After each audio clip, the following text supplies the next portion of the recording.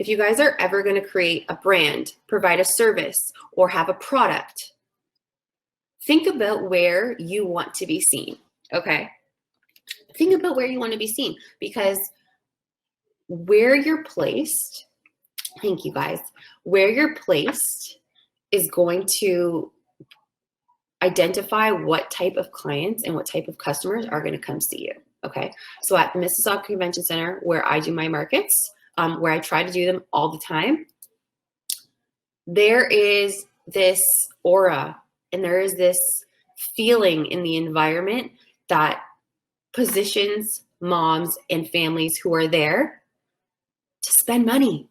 It's pretty, it's beautiful, it's luxurious. Even if your product is a pacifier clip, it's in that venue, it belongs in that venue, there is something attached to that, okay? And having it placed, you know, in a gym or on a soccer field is, I mean, soccer fields are great because, you know, like there's kids that are going to be there. So it's great, like demographically, you got to be smart about it, right? So for me, the convention center was great. It's a great marry-up, right? We have moms coming to a convention center. What do moms ever need a convention center for, other than a market that might be taking place there? You know, religious ceremonies, baptisms, confirmations, communions. Maybe the mom's not married yet. I'm not. I was supposed to get married this year. We're getting married next year. So weddings, showers, bachelorette parties, bachelor parties, stagettes, right? It's like a mutual relationship. It makes sense, especially when you have a baby, right? Like you have a newborn baby. There's so many milestones and events that you're going to go through in their life. Why not showcase your market or your product or service at a venue that they might want to come check out anyway? Makes sense, right? Let's see what everyone's saying here. MCC is a great setup. Yes, one of those markets we've been a part of. Oh, thank you. I have to get back to you. I owe you an email, Rowena. Thank you. So actually, I haven't spoken about our most recent market. If any of you guys have questions about like markets or like what type of vendors we're looking for, just shoot me a message below. But if you have an idea about something that you want to start, and you know, maybe it's an idea that's already out there or a product or service that's already out there, but you just want to start something on your own because maybe you're on mat leave or you just want a little side hustle, just do it. That's like my biggest advice ever. Like I've spoken at other events and I've had people come up to me and be like, well, I have this idea because I want to start this jewelry line, but there's so many jewelry lines. I'm like, stop right now. What do you want to call your jewelry line? And they have the name and they'll tell me. I said, do you have an Instagram? Did you snag it on Instagram? No. I'm like, do that right now. I'll literally sit there and wait until they have snagged that Instagram handle, because there's literally there's no reason not to. If you have an idea, snag that name and put a post, picture yourself, introduce yourself, okay?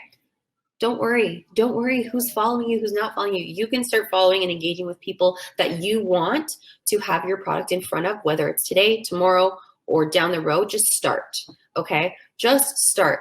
This market idea was something that just sat in my head for so long after participating in them as a vendor for so long. And then when I went on mat leave with my second child, I remember it like clear as day. I was downstairs with my daughter. I walked upstairs. I looked at my fiance. I said, so I'm going to start markets. I think I'm going to start markets. I know I was part of them for so long, and I feel like I can do a really good job, if not better, not like better than I can even dream up. So I'm going to do them.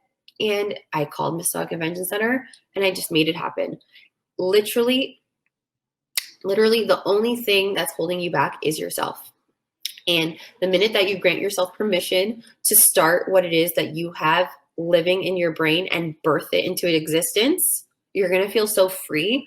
And it's at that point where you take yourself seriously that other people who are around you, whether right now they're a little iffy about you starting or not, are going to start taking you seriously. Okay. So I've learned that setting boundaries and managing other people's expectations really helped me get along in my business. And sometimes, you know, the people you think are going to support you the most don't, or they're confused, or they doubt you. And That's not to say you just keep going to prove them wrong, but you keep going to prove them wrong, but you do it in a way where it feels authentic, real, and true to what your goal is. So, I mean, don't just go through something wishy-washy. Try really, really hard to be strategic about what it is that you want to do and your plans for it. So, if you're going to create headbands or sell headbands, like how are you going to get in front of your audience, the audience that your ideal audience, your ideal client, not anyone and everyone under the sun, because people will come, people will go. You need to build relationship. And that's why with our markets, I really try to create the environment for showcasing beautiful products and beautiful people who created them or who sourced them, and bringing in people who want to support those dreams and be part of something beautiful. Okay. Other than this market, oh, sorry, I lost my train of thought here. Rowena, Healing Mama Co. If you guys are having a baby anytime soon, or are going to a baby shower or need a baby shower gift, you really need to check out Rowena Healing Mama Co. She's got you covered. Okay, Rowena was actually in our last market, and our last market wasn't an online, it was an online marketplace, but the one before that actually happened in August, and the one prior to that in September. So we've actually had 2 in-person markets since we entered stage 3. Peel Region's now in like a revamp of stage 2, but that's another story. So we actually had, I think, 20 vendors in September outside at the Mississauga Convention Center. Okay. We did like a huge spacings in between every vendor for social distancing, physical distancing. We had a beautiful sanitization cart. It was amazing. Like, people really showed up for that event. I was super, super blessed, especially given COVID-19 and everything going on. It was great. And then the last one we did a combination of indoor and outdoor. So, not everyone wants to be inside. Not everyone wants to be inside, weather-wise, COVID-wise, mask-wise. So I was really, really thrilled to know that, we had vendors who wanted to partake in another experience with us, even during a global pandemic. And some of them actually wanted to go inside, and some of them wanted to be outside. And again, the community showed up, guys. We had a line. We had a line of people waiting to come in. My daughter's coming upstairs. Are you? Oh, cute. Do you want to show everyone here? This is what mom life is like. I'm literally, oh, great. She's using a Junior Fox's sling ring. Okay, go back downstairs. Okay, thank you. So it's just a matter of like building community, and be careful, building community and an image or a brand that people respond to and consistently show up for. No other questions here. Okay. Is this still choppy? I see that there was a comment that it was choppy. Okay. Yeah, so I'm really blessed and thankful to have had such a great 2020, especially, thank you, Michelle. I'm really blessed and thankful to have had such a great experience in 2020 with markets specifically. But the other part of my business that is going to start taking off, I know for sure, in a little bit, is the Mominality podcast. So podcasts are like huge right now. And if you've ever thought of starting one, start one. You got to do a lot of research just to figure out how to get going and what equipment you need and where you're going to be situated and all that jazz. But if you ever have questions, let me know. I even have like an Amazon store with links to all the things that I bought to do my podcast. So if you follow me at Mominality, people are like, what's Mominality? Mominality is just a mashup of commonality and mom put together. So commonality is a motherhood. And this is not my voice. I'm sick, not COVID sick, just regular sick. It still exists. So yeah, I don't really talk like this, so I'm sorry. So yes, you can definitely start a podcast if you're ever interested or like want to shoot me a message and have questions. I'm like always happy to DM you back. So Mominality podcast is going into its 2nd season. It started late 2019, early 2020. And when COVID hit, I decided to take a pause because emotionally I did not want to speak to anyone who would bring up the topic, because it was kind of just like just rocking my world in the market space. So I didn't have any emotional or physical energy to give it for the podcast. So I kind of paused it, but we're back. We actually had our first episode for season 2 this week, and it was with Allison Macbeth, and we talked about fertility, natural fertility, and birth control. So we talked about fertility and natural birth control, which like we obviously know is a thing, but like how do you actually practice that? You totally can. So if you haven't heard that episode, you're going to want to go check it out. But I'm sharing this with you guys too, because the podcast is a really, really great way for my market community to talk to people about their product, brand, or service if they didn't feel like, the market scene was really for them, or they'd like another platform to speak about what it is that they offer. So podcast. If you're ever interested in being a guest on a podcast, or you feel like you really have something to say, or you want to get your message out there, or a story that you really like to share, we actually have a podcast guest host request form linked at the Mominality podcast on Instagram. And yeah, you can see all the links to where you can hear the podcast, Google Play, Apple Podcasts, Spotify. There's a few others, just depending on what device you use.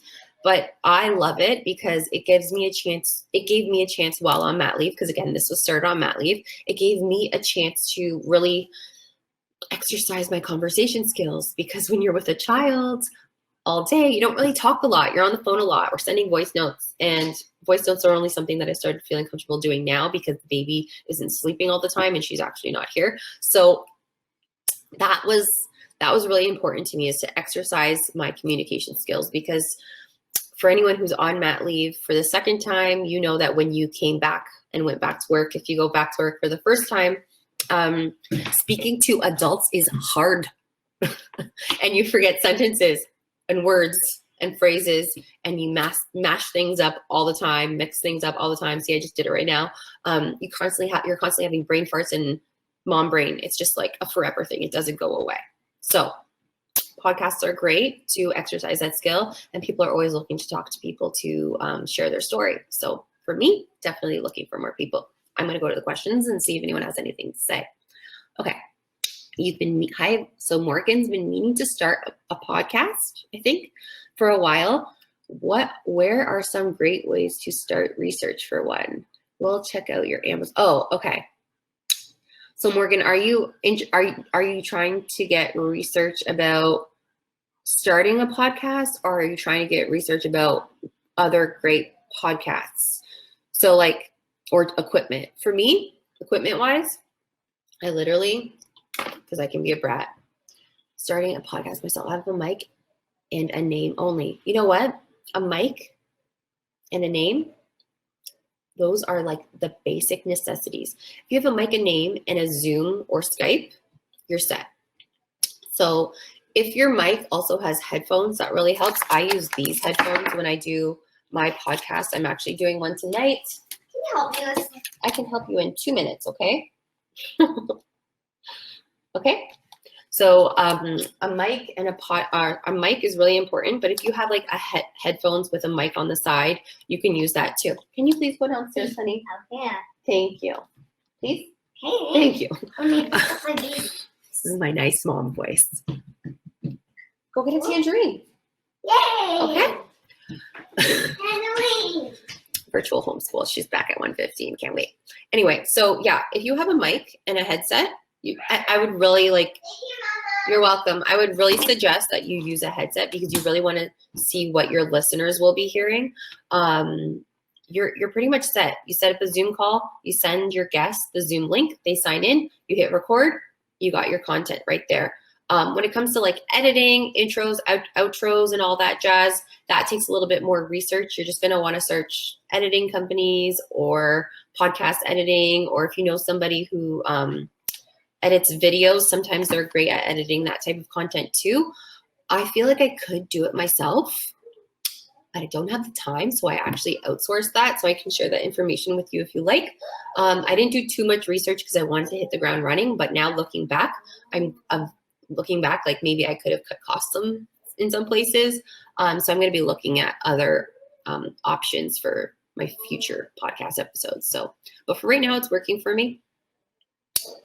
So yeah, just searching like best headphones and like weighing your options in terms of what it is that you want and what your wallet can handle.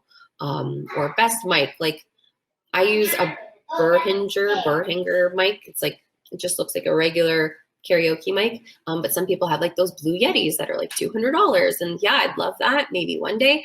But for right now, it's just not necessary. What is your day job and how did it help you launch your market? That's a great question. Okay, so my day job, I work, I don't really want to say where I work, though most people know, but I work for, okay, I'll just say it. I work for Amazon, okay? I work for Amazon. I do PR and communications for our operations network. So it's a really amazing, fun job. Amazon's like, I love working for that company. It's incredible. Some people love them. Some people hate them. Me, love them. That's why I work for them. And that's why I went back. So because I'm in PR and communications, I'm constantly curating events, experiences, communications.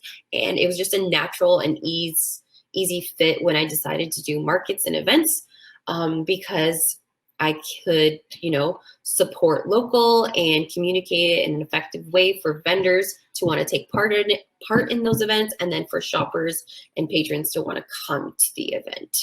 So yeah, prior to working at Amazon, I've always been in communications and PR. So prior to that, I worked at a bread company. Bread is not that fun. It's fun to eat. I'll give you that. But communications wise, it was internal communications, which is a little bit different than external communications because you're dealing with the public with external, and internal it's the employees. So I kind of have, I guess both roles kind of like help me because my vendors are my internal, not employees, but my internals, and then my externals are all the shoppers that we try to bring to our events. So that's kind of how it's helped me with markets. Starting a podcast myself, I have a mic and a name. Oh yeah, you said that.